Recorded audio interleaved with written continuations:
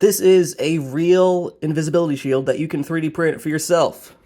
Let me show you how. And these things work by kind of smearing the light across the grain. When they print out these lines, they create what's called a lenticular lens. LED TVs also use them a lot to create the image that you see, and if you've been following the channel for a while, you'll know that I've been messing around with those things for years, and this is simply another iteration of the same kind of technology, but it's cool because you can make it yourself at home and make your Lego dudes invisible or whatever you might want to do. So here, like, that string is invisible, but the blinds are not.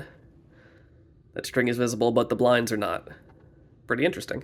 This took quite a few attempts to get dialed into the point where I'm okay sharing it with you guys, so here is everything you need to know. First of all, the filament. This is just plain old clear PETG. It is printed at 0.25 millimeter layer thickness, and very importantly, it is printed at 210 degrees Celsius. Why is that important? Well, because this is pretty old filament and it absorbed a lot of moisture, and I found that when I printed it at the recommended printing temperature, it actually got these like bubbles in it, but then when I dropped it down to below the recommended printing temperature, that didn't happen. So your mileage may vary, but that's what I got to work.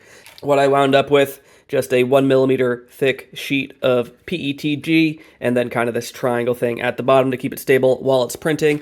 I also had these supports going up and down the sides as it printed, just to kind of keep it a little more stable than otherwise. When I printed without them, I ran into some issues with warping, which weren't always detrimental, but not ideal, especially if it's not controlled. So what I wound up doing is modeling this kind of a base. You just take off the supports, just take like an X-Acto and cut off the base here.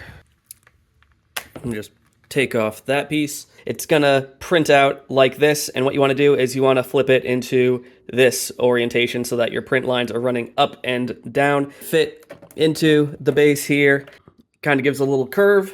So obviously this thing works best when you have kind of horizontal lines going behind it to smear across the front.